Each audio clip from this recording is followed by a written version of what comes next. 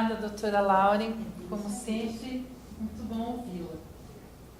E certamente a Lauren e eu pensamos muito similarmente, né? Sem combinar, a gente às vezes fala as mesmas coisas, né? Que bom, né? Bom, gente, o que a Lauren falou só vai fazer com que nós cheguemos ao mesmo denominador comum até o fim desse encontro. Então, nós temos essa preocupação grande com a periodontia, porque lá fora não existe implantodontista. Quem faz implante é o periodontista, ou o cirurgião do maxilo, ou o próprio clínico geral. Na Suécia mesmo, os colegas, quando saem da graduação, como o Marco viu, a Elô, ano passado lá na clínica, eles saem fazendo tudo, inclusive implante. O professor de implante é normal o dentista aprender. Meu primeiro curso de implante eu fiz na graduação, tá? Então, assim, não existe implantodontista em nenhum outro lugar do planeta, que eu saiba, né? É coisa do Brasil. Nada contra, acho que é uma especialidade linda, mas é preciso saber que não basta sair extraindo dentes saudáveis e pondo parafusos no lugar, né? E nós aqui em Curitiba temos um problema mais sério ainda, que aqui é o centro de muitas empresas grandes e poderosas. Vocês sabem que o dinheiro faz milagre, né? A indústria farmacêutica está aí para não me deixar mentir.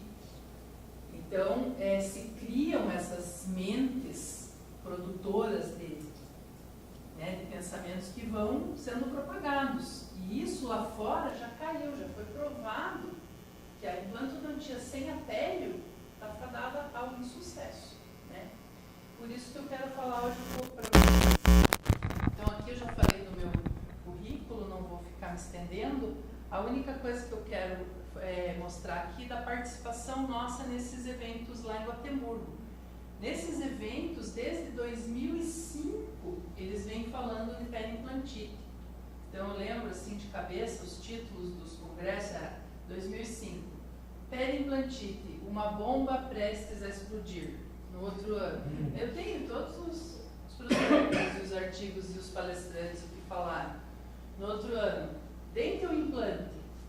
No próximo encontro, como tratar o paciente suscetível? Periodontalmente e implantodonticamente, digamos assim. Então, a visão lá já mudou faz tempo, né?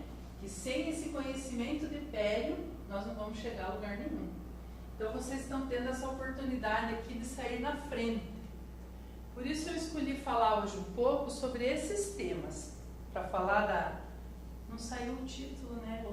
Agora eu comi o título da minha apresentação, mas eu vou falar para vocês, está no prospecto? Está no próximo. É que a gente muda tanto e quer arrumar e tal, acabou. É um overview dos últimos 20 anos de periodontia. Então, nesse overview, é lógico que em 30 minutos que me restam aqui, eu não vou conseguir falar tudo o que teria que falar, todas as novidades e os ganhos que houve na nossa área, que foram inúmeros. Então, eu me restringi a esses 5 tópicos. E vou falar brevemente um pouquinho de cada um. Então, eu quero adressar estudos longitudinais que falem da prevalência, incidência e severidade da doença periodontal. Como que está a doença periodontal no mundo? Ao longo dos anos, ela está aumentando, ela está diminuindo? O que está acontecendo? Falar um pouquinho dos estudos que avaliaram diferentes tratamentos. Então, o que é melhor eu fazer? É melhor eu fazer cirurgia, regeneração, fazer um túnel, uma extração e pôr um implante? O que é melhor eu fazer, né? Ao longo desses 20 anos.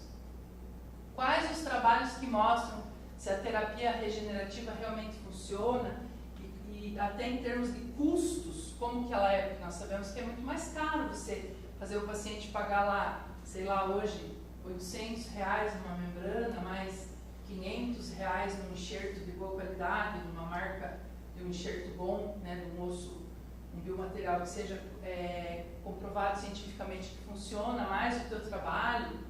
Isso vale a pena? Vai durar? Quanto que isso significa? Nós vamos falar sobre isso. Estudos que avaliam a microbiota, né, a área da professora Lauren, até uma vergonha eu falar sobre isso, mas ela vai estar aqui para me corrigir eventualmente se eu fizer algum deslize, né? Porque a microbiota é tudo na doença periodontal e na doença periimplantar também, né? E também também um pouco das terapias novas, que existem alguns profissionais preconizando o uso do laser, ou mesmo a modulação do hospedeiro com drogas, com medicamentos anti-inflamatórios. Não vou me estender muito, vou só dar uma breve ideia para vocês desses tópicos. Então, a respeito da incidência, tá? Das doenças periodontais ao longo dos anos. Esse estudo parece velho, 2008, mas é que eu quis trazê-lo antes para dizer para vocês que lá em 2003 já havia essa tendência de estudos longitudinais, como tem esse e vários outros famosos, que nós já vamos falar dos suecos também, os famosos, que adressam a prevalência e incidência da doença periodontal ao longo dos anos em populações bem controladas. Então, por exemplo, o famoso estudo de Jönköping, lá na Suécia, né, que há 40, 50, 60 anos está investigando a mesma população. Como que está sendo? As pessoas estão tendo mais doença, menos doença? O que está acontecendo? Então, desde 2008, a gente vê que há uma tendência a aumentar o número de indivíduos saudáveis, ou seja, está melhorando a saúde periodontal das populações. Isso nós não vamos adressar o motivo, né? Provavelmente porque as pessoas estão tendo mais acesso, mais informação, a diminuição do uso do cigarro, em muitos países isso está levando, a diminuição do tabagismo está levando a uma melhora de saúde, dos índices de saúde oral da população. Então a ideia não é adressar os porquês, mas falar disso. Em populações com doença grave, eles continuaram iguais, ou seja, os pacientes que têm aquela doença muito grave, esses talvez sejam um subgrupo de pacientes, né? As professoras me corrijam se eu falar alguma inverdade aqui, porque é tanta informação diferente, às vezes, que pode ser que elas tenham lido alguma coisa mais recente, né?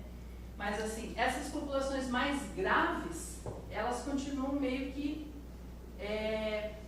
sem mudar muito, né? Invariadas. Então, nós podemos dizer que a doença ao longo de 30 anos, ela tem diminuído.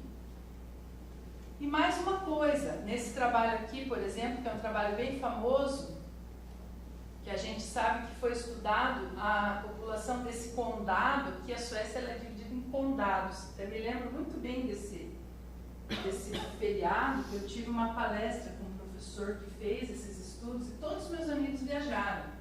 Mas eu, como era muito caxias, eu pensei, eu não vou viajar, coitado do homem, vai vir lá para dar essa palestra, todo mundo vai viajar. Fiquei, depois eu queria me esfaquear, né?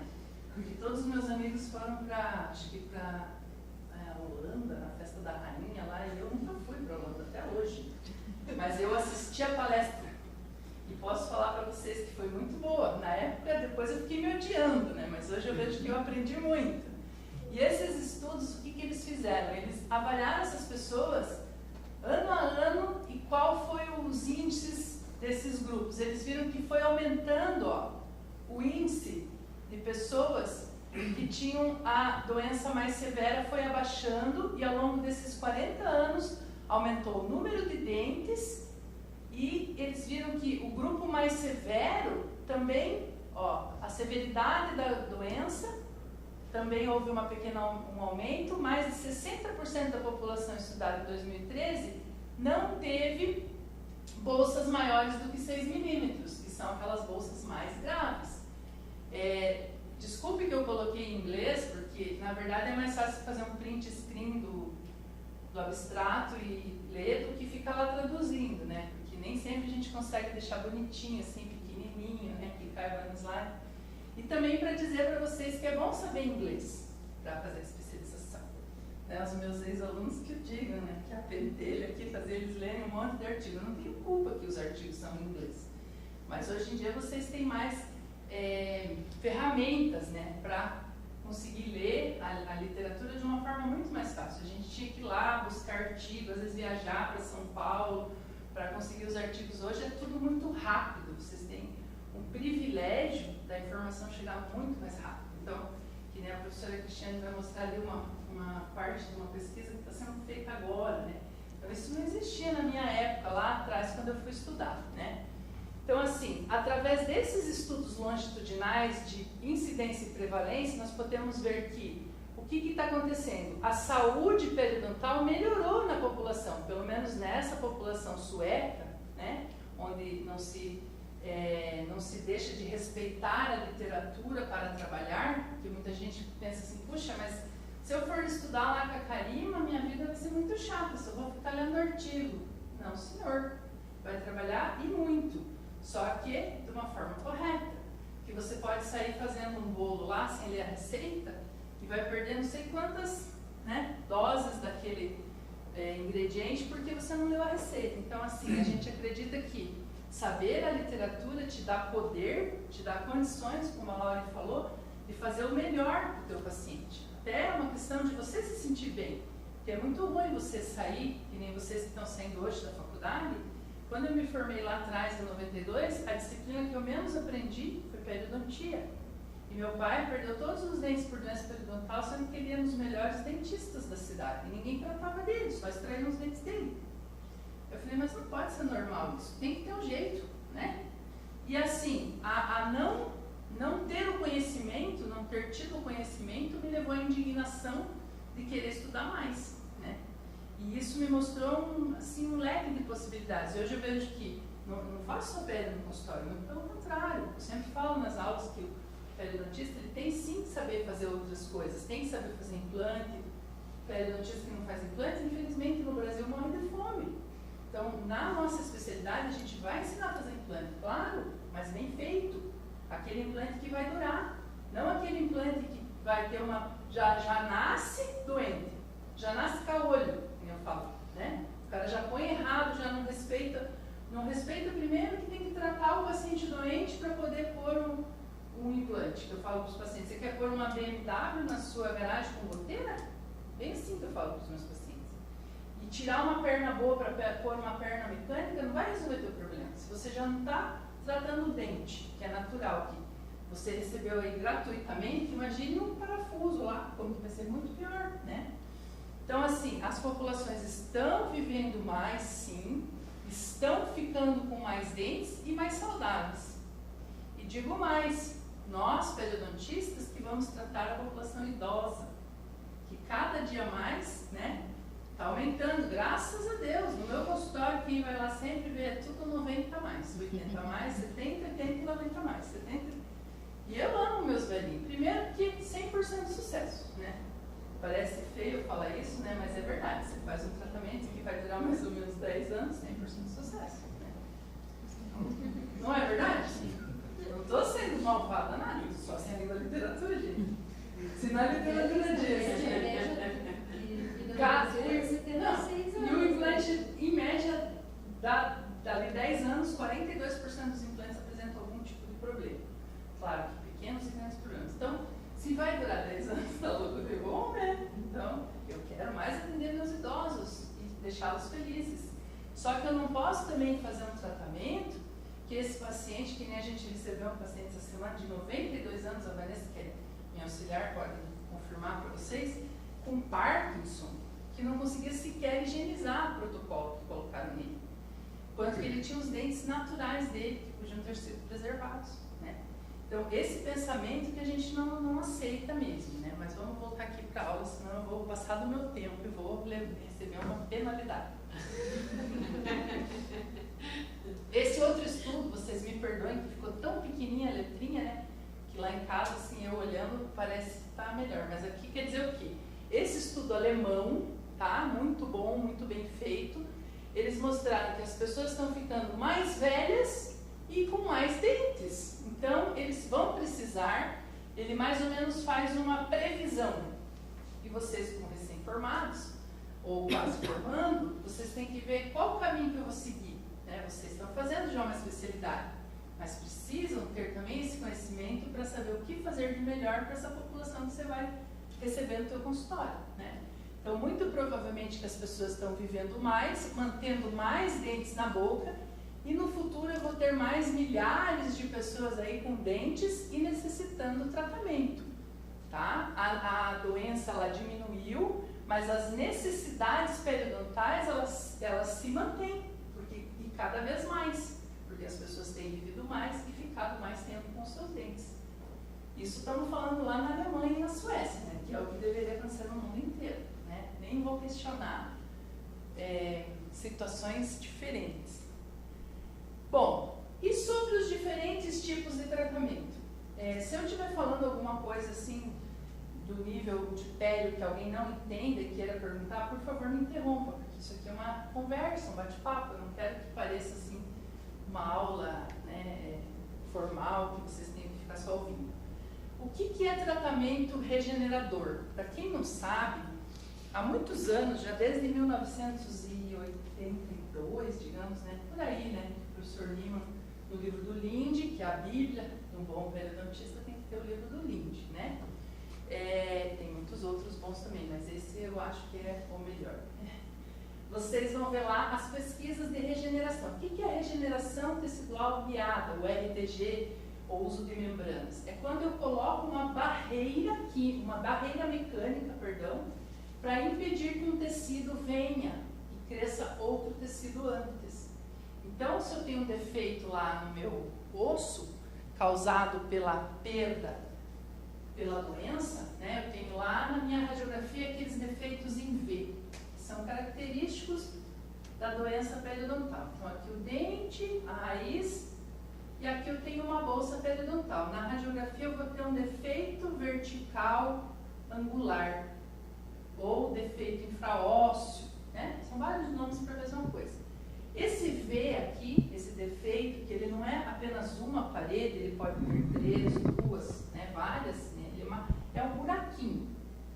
Essa técnica diz que se eu manipular os meus tecidos, se eu puser uma barreira mecânica aqui, ou talvez um osso aqui e a barreira, ou talvez um gel, por exemplo, o Endogen, que é o derivado da melogenina do germe dental do porco, eu consigo estimular células do ligamento periodontal e do osso para povoar a ferida. E a gengiva, o tecido conjuntivo e o epitélio não vão entrar aqui antes. Consequentemente, eu vou regenerar, ou, como outros preferem, reparar, né? Porque regeneração teria que ser a criação exatamente daquilo que a natureza criou. E nem sempre nós conseguimos isso numa imitação da natureza, que é a técnica de regeneração. Mas eu posso ter um reparo. E muitos pesquisadores importantes, eles têm pesquisado essa técnica por anos e anos e anos. Assim é o grupo da Bolonha, que são os maiores. Eu sempre brinco que lá em Bolonha deve ter alguma coisa na água, assim, que lá tudo dá certo. Não, não é isso. Eles têm um grupo de professores, profissionais, higienistas muito dedicados. Quando a gente se dedica a um propósito, a gente consegue um resultado. Então, aquela população, ele até fala isso no estudo, a população deles é altamente motivada. Vocês já vão entender o que é altamente motivado. Então, ele estudou essas populações e ele comparou 3 tipos de tratamento. Um tratamento com a membrana e uma técnica lá que a gente faz para preservar a papila na pele, para não deixar o dente tão feio de cavalo, né? Outro sem preservar a papila, como a cirurgia de acesso normal e a membrana, e outra terapia convencional, que é raspagem e alisamento radicular, né? A nossa raspagem tradicional. E ele examinou esses pacientes, esses 45 pacientes que foram alocados também, detalhe, não havia envolvimento de furca nesses dentes, tá? Nesses sítios, nesses defeitos, isso é bem importante. Porque se eu tiver um defeito assim, ao lado de uma furca, daí é outra situação. Nós estamos falando só do defeito infraósseo. E o que eles viram? Então, eles tiveram 45 pacientes com 45 defeitos e eles distribuíram aleatoriamente para as 3 terapias. Membrana, aqui está escrito errado, faltou o NA. Membrana reforçada em titânio, que é quando a gente tem uma membrana de teflon ou tetrafluor, politetrafluoretileno expandido, que é a mesma coisa que teflon, que é aquelas membranas branquinhas que vocês veem nas fotos, com um metalzinho, porque se ela for só de teflon, ela colava no defeito.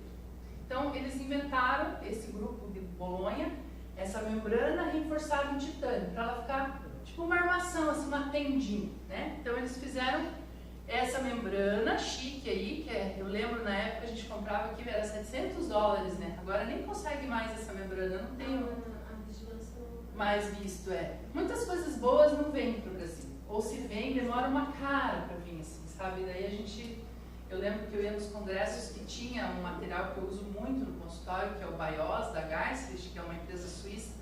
Eu falava, meu Deus, mas quando vocês vão vender no Brasil? Daí eles falavam assim pra mim, mas é que no teu país é bem difícil de entrar. Daí eu pensava assim, putz, vai ver, não, né? Não fizeram um jeitinho.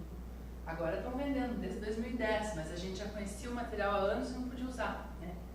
Não legalmente, pelo menos. Eu nunca trouxe contrabando de material porque é burrice, né? Depois, se você tem um problema, teu paciente, tudo que você for pôr no teu paciente, você tem que ter o registro da Anvisa. Isso é lei, é igual você matar alguém na rua e dizer, eu não sabia que não podia matar.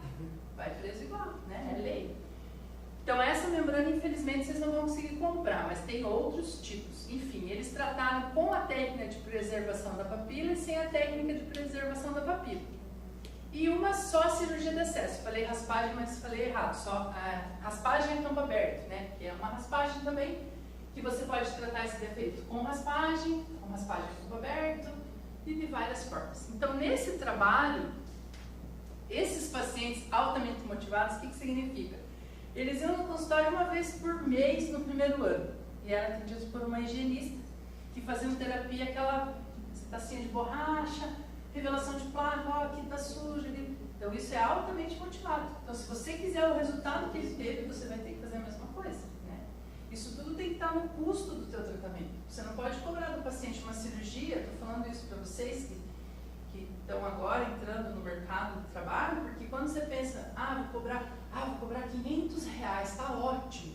Sim, e as consultas depois, você vai cobrar separadamente, você vai explicar isso para o paciente, porque ele vai querer o resultado, né? Você vai lá, tira uma pinta lá do corpo, o dermatologista fez, é finir, às vezes nem é ele que teve para tirar o ponto, se é que ele não dá um ponto que cai sozinho, né?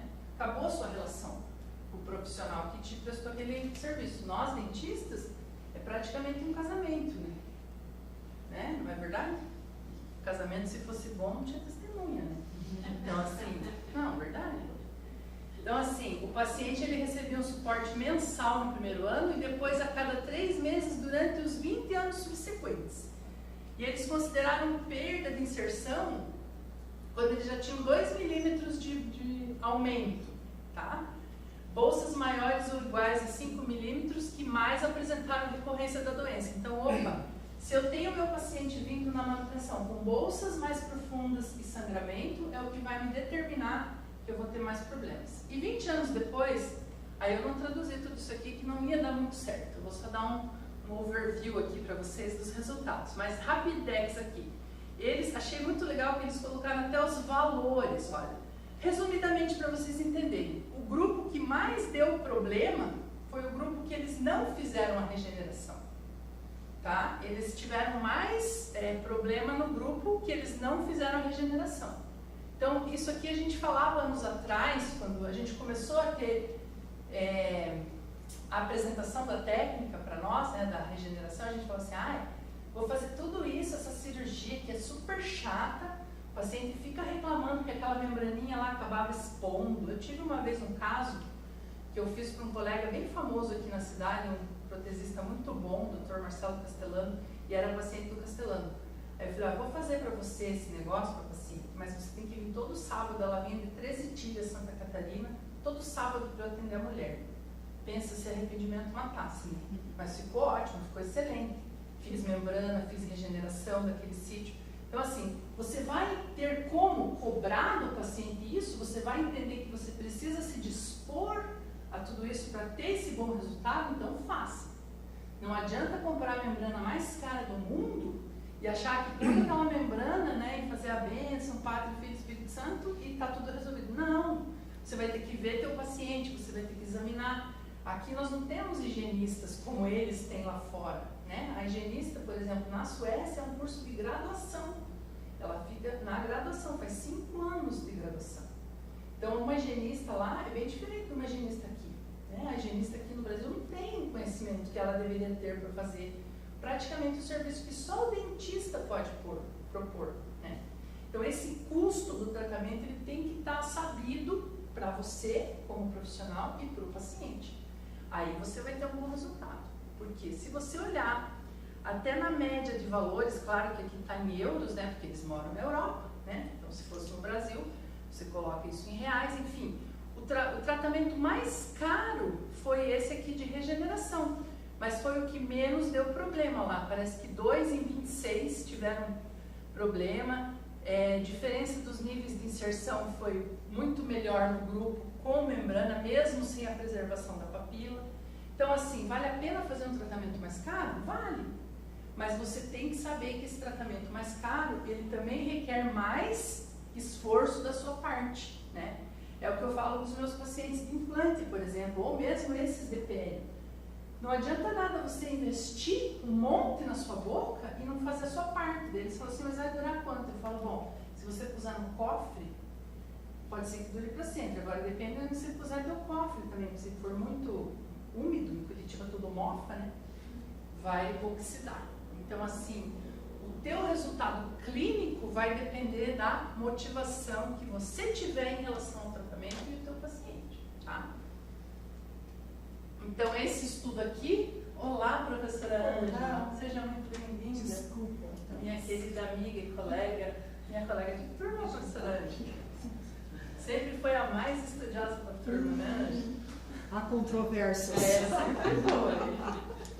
Com certeza. Então esse estudo do Cortellini é justamente o estudo do qual a gente estava falando, que ele apresentou aqui em 2011. Mas considerem, gente, então por que eu estou falando desse estudo?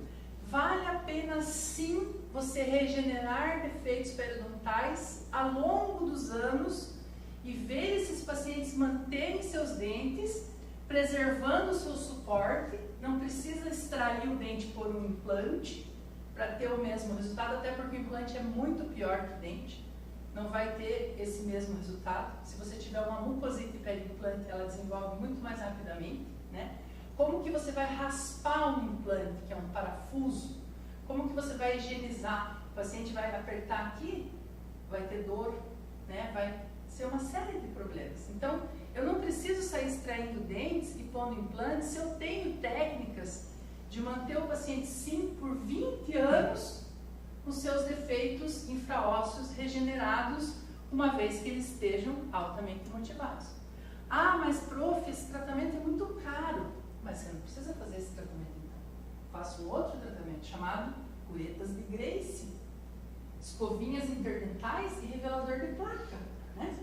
Ah, eu não tenho ultrassom no meu consultório, mas existem as curetas, né? Ultrassom, claro, quem já está há 26 anos no clec, tem LER, tem um monte de problema, né? Então a gente tem o direito de usar um piezinho, que é melhor que o ultrassom, que desgasta menos a raiz, mas não precisa necessariamente você ter um ultrassom. Você não tem as tuas curetas de Grace lá da faculdade? Elas funcionam. Um espelhinho de R$10,90, lá o mais bonitinho lá do enorme, com um revelador de placa e uma escovinha. Ah, sim, lógico. Não, mas calma, né? Você não pode contar tudo, né? Você tem que ir lá na VET aprender como fazer, né? Lá, né? Não, mas se não afiar a cureta, gente, cada 10 puxadinhas ali já era, né? E a cureta também, ela não dura para sempre, né? Nem a ponta de ultrassom. Aliás, nós temos que rever algumas nossas lá que estão, né? Parecendo que sofreram um derrame. Porque a ponta do instrumento também tem que estar bom, senão ele não vai atingir o objetivo dele. Então, assim, não é só um tratamento caro que vai funcionar, mas certamente, se você tiver condições de oferecer esse tratamento para o paciente, você vai se incomodar menos, talvez, com o paciente ao longo dos anos, né? Menos não no sentido de tratar ele menos, mas de fazer menos intervenções. Essa que é a resposta desse trabalho, né? Tem muitos, gente. Tem tanto trabalho que a gente até se perde na hora de fazer uma apresentação dessa. Eu me senti super mal, porque eu me senti enganando, assim, sabe? Porque você tem que escolher, tipo, joga pra cima, e vou falar um pouquinho disso. Joga pra cima, que é muita informação, em 30 minutos é impossível. Esse aqui, ó, um defeito bem bonitinho para vocês verem, um defeito infraósseo de 3 paredes lá embaixo, 2 aqui, ou seja, um defeito que eu poderia tratar como? Só raspando, sem abrir retalho, também você vai ter um resultado. Raspando, abrindo retalho, pegando uma broca e tirando o osso, né, que é a técnica mais antiga, lá de trás, que eles faziam ressecção óssea, que a gente não usa mais, porque não é legal, o paciente vai ficar com o dente muito longo, vai ter sensibilidade, tem o apelo estético, né? E nós sabemos que se eu tiver sucesso em eliminar grande parte, não digo eliminar, mas diminuir consideravelmente aqui a minha microbiota, os fatores retentivos da placa, eu vou ter um bom resultado. Aí se eu tiver numa situação financeiramente favorável, que eu possa dispor de um biomaterial de qualidade, por exemplo, um osso bovino de alguma marca estudada, como essa que eu falei, ou outras tantas que existem, eu posso usar, né? Se eu quiser ainda usar uma membrana, eu acho sempre que o Lindy sempre falava assim que o periósteo é a melhor membrana e é de graça. Então vocês sabem, eu não compro esses combo, esses kit combo que eles fazem só para tirar dinheiro de quem é bobo, quem não estuda literatura. E se você usar a sua própria membrana biológica, que é o periósteo, é de graça, né? E você vai ter o mesmo resultado. Tá? Claro que as empresas que vendem materiais não vão te falar isso, né? Porque a ideia deles é sempre vender mais e mais e mais e mais para o comprador. Mas a gente, enquanto profissional, e eu sempre falo, eu não ganho nada da empresa, infelizmente, porque deveria, porque eu vivo fazendo propaganda. Mas se o material deles é bom, eu vou fazer o quê? É bom, né? Assim como quando não é bom, eu falo também, sabe? Já tive lá na escola algumas experiências assim. Ô professora, vamos usar esse implante aqui? Eu falo, pois é, mas cadê a literatura? Eu falo assim, vocês querem fazer tudo? Tem um pessoal lá da Federal que são muito meus amigos, assim, eu sou assim com a professora Dilson, com a professora Ângela, eu consigo arrumar. A gente, vamos estudar, eles nunca mais aparecem. Porque não precisa, gente. Tem muita gente que compra esses implantes de 70, 80, 99. Isso aí é estudo da literatura, né? Agora pensa, até quando você quer ser esse tipo de profissional? Porque se fosse na sua mãe, na sua esposa, no seu filho, quem tem filho, né? Você iria gostar que o médico pegasse lá o mais barato, que ele só... E ainda dizer muitas vezes, vou pôr o melhor. Mentira, ele põe lá uma porcaria. Às vezes os pacientes falam lá pra gente, mas por que você fica dando? Eu falo, leva esse aqui, esse aqui que eu pus em você, porque é a bula. Não quero, Karima, eu acredito em você, mas leia o que eu estou pondo em você. Né? Depois, se você tem alguma coisa aí, você já sabe que o que eu pus em você está aqui. Por quê? Porque isso deveria ser o normal, gente. Fazer certo não é especial, é o correto. Todo mundo deveria fazer isso, né? Então, assim, não se prostituam, porque vocês são muito jovens, e achar que, é muito caro, mas você falou para o paciente? Quem que paga? Não é o paciente que paga? Não é você que paga, ele que paga. Então, assim, ele tem que ter o direito de saber o que você está enfiando nele, né? Isso é uma questão ética, moral, de valores, né? E hoje que a gente está passando por esse momento político, não tem como não falar isso. Então, eu falo para vocês. Pode pôr a membrana, pode não pôr a membrana. Não pode pôr membranas que não existem, né, professoras? Que nem a gente recebe alguns casos lá na escola de umas coisas do além que fazem por aí com os pacientes, né? Que não... Tipo, colocar um chumbinho de radiografia dizendo que é uma membrana. E aí eu tenho que me segurar, você sabe como que eu sou, né, Ângela? Eu já ia mandar uma cartinha. Daí a Heloísa fala, não me crie confusão. Você está começando com um negócio novo, não crie confusão. Né? Mas dá vontade, né? Mas graças a Deus, a paciente foi lá, falei, a senhora vai lá e fala para eles tirarem. Que estava cortando a língua da paciente. Daí eu falei, fala para eles tirarem, porque isso aí tá, né, nós não vamos mexer, porque esses pacientes também vão tudo que é escola, né? Se inscreve numa, na outra. Daí ela voltou na próxima vez e falou assim, olha, falaram que deu tudo certo, viu? Tá muito bom. Falei, que bom então, dona fulana. Então, que bom. Que era uma técnica para preservar rebordo. Criada, não sei da onde, mas enfim. Então, gente, esse tipo de defeito, aqui não tem envolvimento da Furcal, é um defeito bem grande, onde se usou. Se eu fosse fazer qualquer outra técnica nesse dente aqui, que não fosse a regeneração tecidual guiada, eu não teria as mesmas chances de sucesso, porque eu ia perder suporte em ambos os dentes para regularizar esse defeito. Então, a gente fez o quê? A gente não, a MIT, né? A gente vê aqui que depois de colocar a membrana e o ossinho. Lá que eles usaram, se eu não me engano, o Bond Ceramic, que é um produto muito bom, também acho que é esse trauma que vem, né? Esses produtos todos que são testados, que tem literatura, vocês podem usar, mas pesquisem a literatura. Não é o que o vendedor te fala, né? Porque o vendedor, ele vende. Lógico que ele vai dizer que o produto dele é o melhor, né? O Marco, ele sempre fala que quando vai algum vendedor no consultório dele, ele sabe aquela propaganda que tinha o diabinho e o anjinho? Ele me vê assim em miniatura falando no ouvido dele, e a literatura? Mas é bem por aí, porque se não tem literatura, você não deveria usar, né? Então, esse caso já é diferente. Aqui existe sim um envolvimento de furca, não é do mesmo trabalho. Esse trabalho aqui de Pontorier e Linde é o único trabalho em humanos controlado. O que significa? Um lado foi feito membrana e o outro não. A mesma cirurgia nos mesmos ou bem parecidos defeitos em humanos. E esse professor aqui, o italiano, ele levou 10 anos para concluir esse trabalho. E para a gente resumir os 10 anos de pesquisa dele, eu vou dizer para vocês que funciona assim em molares inferiores, na vestibular, especialmente nos primeiros molares inferiores. Por que será? Anatomicamente, o primeiro molar, a furca é mais próxima, não é tão baixa, né? Então eu não vou ter tanta perda óssea. Na lingual é muito mais difícil você limpar e acessar aquela furca. Então, você quer usar uma membrana, essa é a membrana de politetrafluoretileno ou teflon expandido. Ele não usou nenhum biomaterial embaixo, ele usou só a membrana, né? Porque senão ele ia ter duas variáveis. E os resultados foram bons para molares inferiores na vestibular, furcas grau 2. Grau 3, nada quase dá certo, né? Ou você faz um túnel, se for um molar superior você pode fazer uma risectomia.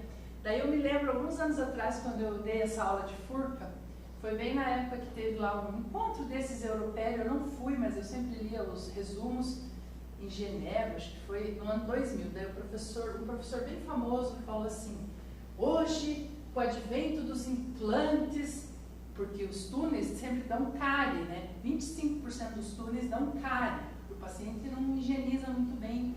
E às vezes quando você vai fazer o túnel, você danifica as paredes do dente. Então ele falava assim: hoje você deveria considerar a terapia com implantes. Isso lá em 2000. 2018 já não se fala mais assim. Por quê?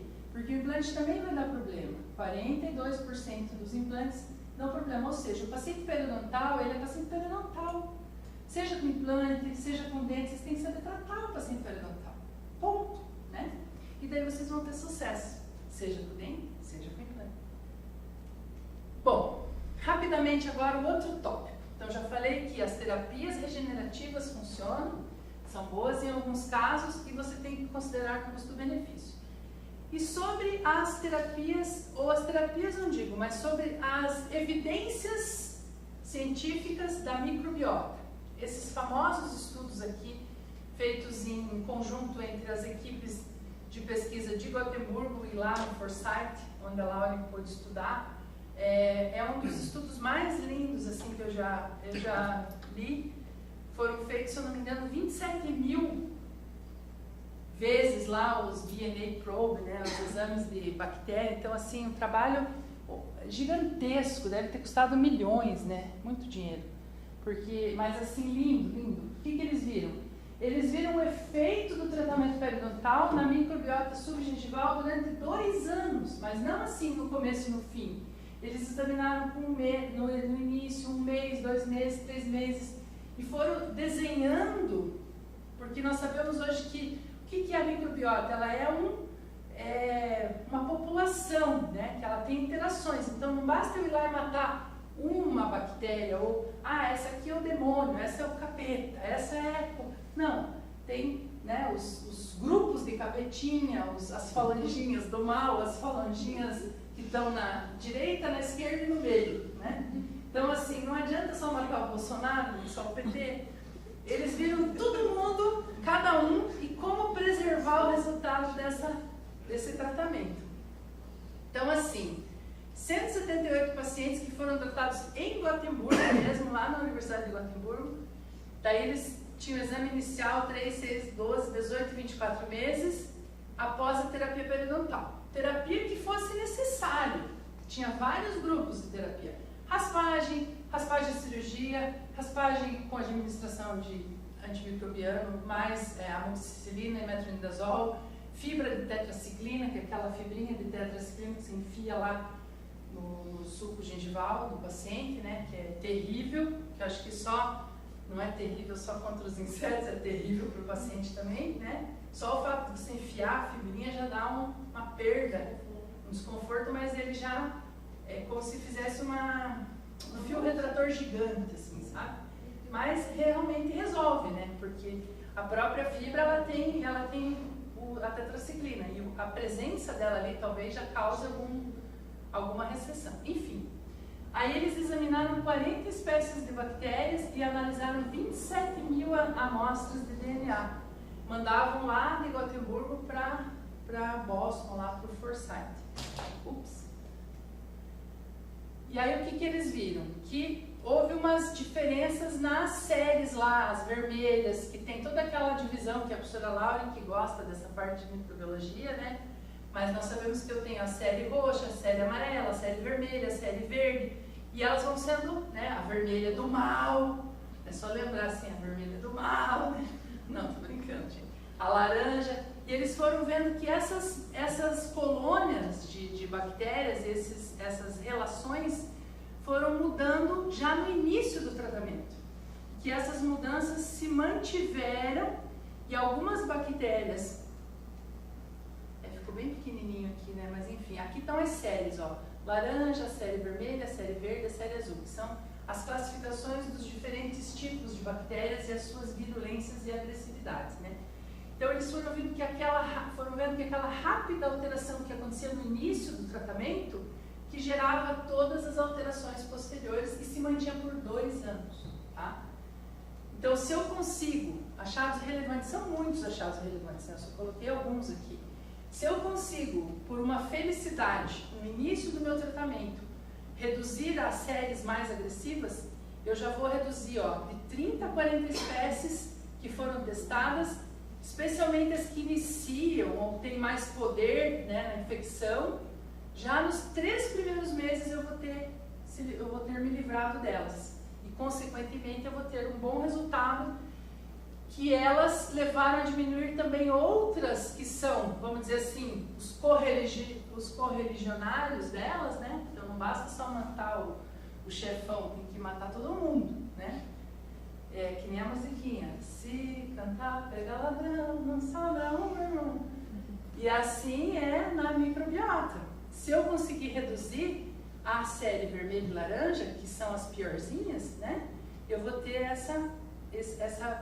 esse bom resultado ao longo dos anos, microbiologicamente falando, tá? Bom, isso sobre microbiologia. Já estou quase acabando, tá, gente? Eu sei que é bastante assunto. E eu peguei alguns trabalhos assim, meio do além, assim, os trabalhos que não são muito conhecidos, porque eu achei interessante trazer esses tópicos. Que nem eu gostei desse rapaz aqui, que ele fez um trabalho muito bom, de vários anos de observação da prática dele lá em uma universidade, onde ele viu variáveis como bruxismo, a bifração, tá? Especialmente o tabagismo, em relação ao resultado ao longo dos anos dos seus pacientes periodontais. Então, quais seriam os valores que, os índices, perdão, que seriam como se fossem predizer, né, o que iria acontecer com esses pacientes ao longo dos anos.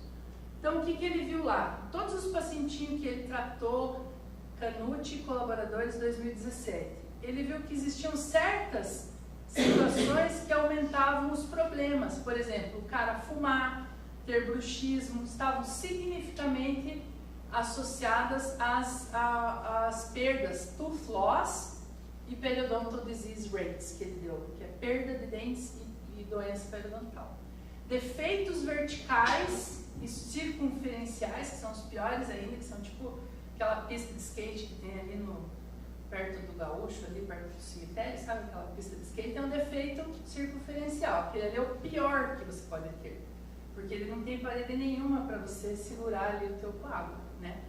Então, as abifrações, Muita gente pode, até eu mesma era contra, né? Lembra que eu sempre falava com vocês que recessão, a bifração, nada a ver, não tem nenhuma comprovação científica disso. Mas a gente vê relação na literatura. Os pacientes que têm a bifração, que têm bruxismo, eles sim apresentam mais perdas de dentes e doença periodontal ao longo dos anos, de acordo com esse trabalho. Envolvimento de furca, presença de cálculo, tudo isso ele avaliou e concluiu que bruxismo, fumar e os parâmetros clínicos e radiográficos, né, presença de defeitos verticais angulares, lesões de furca, podem sim ser usados para nós, no início do tratamento, já prever o prognóstico do paciente. Então, assim, antigamente eu era meio contra essa coisa de falar para o paciente não fumar. Agora eu aterrorizo, né, Rafa? Meus pacientes, ela, nossa colaboradora ali, eu aterrorizo mesmo. Eu falo assim, se eu pudesse, eu ponho uma plaquinha ali, não atendo fumantes, mas eu não posso. Não tenho nada contra fumar, é até gostosinho fumar, já fui fumante, né? Na faculdade a gente fazia de tudo um pouco. A Ângela não, a Ângela fez tudo certo. Mas assim, fumar é uma meleca, gente, no nosso tratamento. Quer fumar, fume, mas não venha ser meu paciente, né? Quer beber, quer se drogar, mas aqui não, pelo amor de Deus. Então, fumar não é legal. Bom, e esse trabalho aqui, eu peguei, esse trabalho que me consumiu algumas horas, porque são 67 páginas, é bem interessante até. É um estudo, uma revisão muito bem feita, desde 1945, eles fizeram até 2017, procurando várias... alguém já leu esse trabalho? Você já? Vixe, agora que me cuidar o que eu vou falar. Não, é que é muita informação, né? Só que no final você se frustra, né? Porque o que acontece? Eles quiseram investigar tanta coisa que no fim eles não tiveram muitas respostas que a gente esperava quando começava a ler. Porque eles restringiram muito. Então, estudos, por exemplo, que eram split mouth, que tinha, né, divisão de um lado, fazia terapia de um jeito e do outro lado não. Eles tiraram, por exemplo. E daí podia, essa terapia, se era com um remédio aqui, mesmo que local, vai influenciar outro. Então, eles tinham tantas restrições, né, que ficou pouca amostragem. E eu acho que essa pouca amostragem que não nos deu, por exemplo, em relação ao que eu estava falando do laser, que bom que a Lu não está aqui, porque ela defende o laser, a nossa professora Luciana, esposa do Marco, que dá a disciplina de laser, né? E nesse trabalho aqui, ele não mostrou bons resultados usando laser na pele ou não, né? Então, talvez por conta da maneira que eles deixaram bem restringido as variáveis. Mas, enfim, eles avaliaram muitos estudos. E em relação ao laser terapia, por exemplo, eles não encontraram grandes diferenças usando laser ou não usando laser. Está aqui os trabalhinhos que eles... aqui fala, não é do laser, aqui é da raspagem com antimicrobianos e sem antimicrobianos. Também falaram bastante de efeitos adversos, mas enfim, tudo que você acaba vendo não é como se assim, a literatura ela é muito extensa, muito ampla, mas não existem protocolos para você fazer os estudos. Então, o que acontece? Tem muita informação, mas é difícil comparar essas informações, né? Então, lá o grupo de Bolonha, que estudou o RTG, por exemplo, eles foram super criteriosos, eles só usaram pacientes assim, assado, cozido, frito. E não tem como ter um outro estudo igual aquele, porque só eles fizeram paciente uma vez por mês, um ano.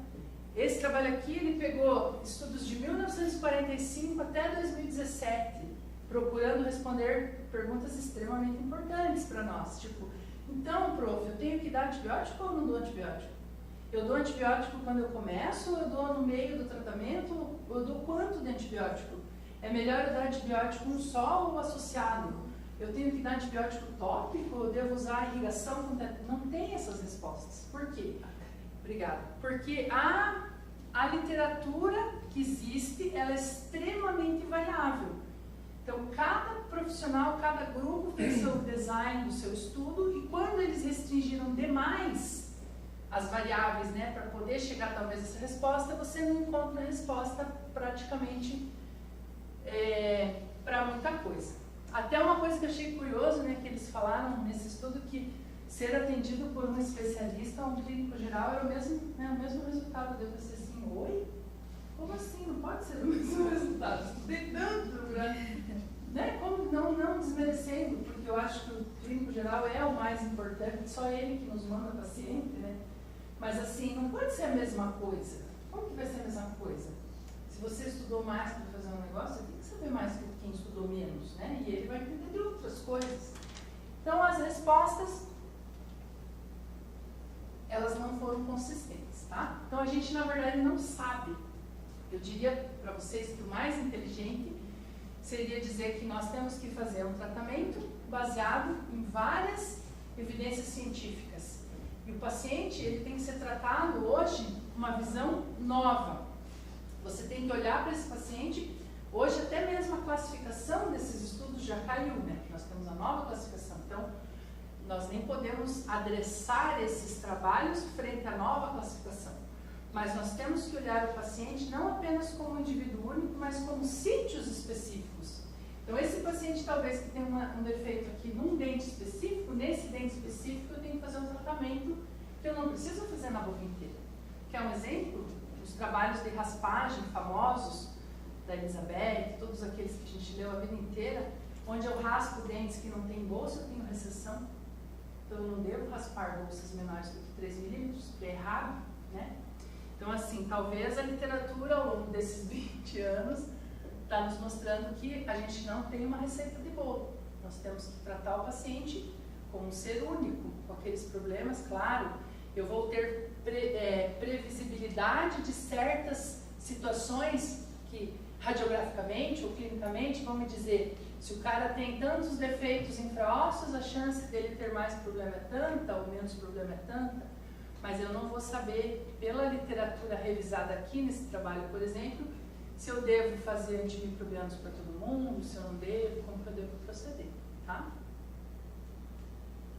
Então é bem para pôr a pulguinha na cabeça de vocês. E a terapia fotodinâmica, pelo menos nessas revisões aqui, eles viram que não havia diferença. Tinha um estudo lá, ó, com 10 participantes, e viram muito pouca diferença entre você usar o laser, né, e não usar. Nós vamos ver na VETA agora o que vai acontecer, né?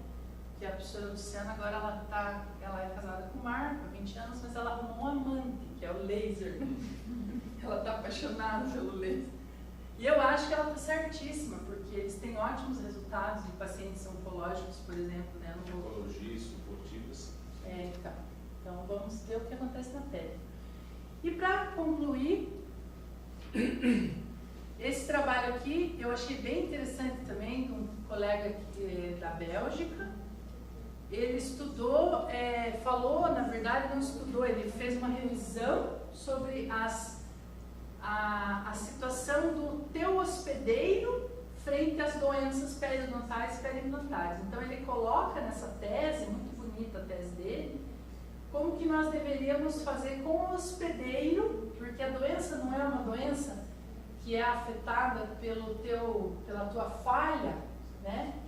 Pela tua falha na tua imunologia. Então, se eu tenho uma falha na minha imunologia, talvez eu tenha que também lidar com o hospedeiro, não só com a bactéria, que você vai falar acho que um pouco disso também, né?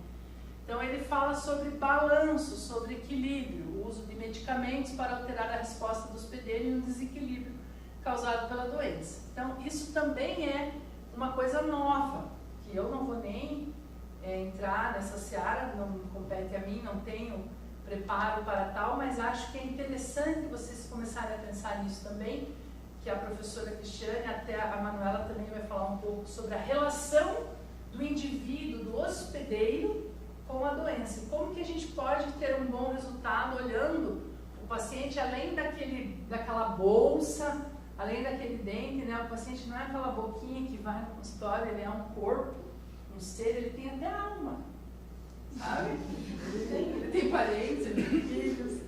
Então a gente tem que olhar o paciente como um todo, tá?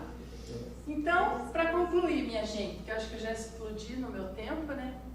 Longe já. Evidências apoiam que a alteração no biofilme vai trazer bons resultados clínicos. Então, vamos continuar alterando o biofilme, que vai ter bons resultados clínicos. Evidências apoiam, sim, as terapias regenerativas na pele. Pode fazer regeneração, que você vai ter mais bons resultados, desde que a população esteja motivada, né? Evidências apoiam que a doença periodontal diminui ao longo dos anos na maioria da população, talvez não naqueles indivíduos com doença grave, que são poucos por cento, 1% talvez da população doentes periodontais, né? Acredito eu, né? É isso. É bem pouca gente, mas eles que vão chegar no teu consultório e vão casar com você lá, fazer um acordo de comunhão universal de bens, essas coisas que faz por casa. Esse é o paciente. Não adianta pôr implante nesse paciente, que não vai durar muito esses implantes. Então, aprendam a tratá-los, a lidar com eles. Evidências apoiam que hábitos como tabagismo causam, sim, maior perda ao longo dos anos. E daí aqui podem entrar várias outras coisas. Medicações antidepressivas, várias outras. A professora Cristiane vai adressar um pouco essa parte, a professora Manuela também, da relação, né, da doença periodontal com outras doenças, tá bom?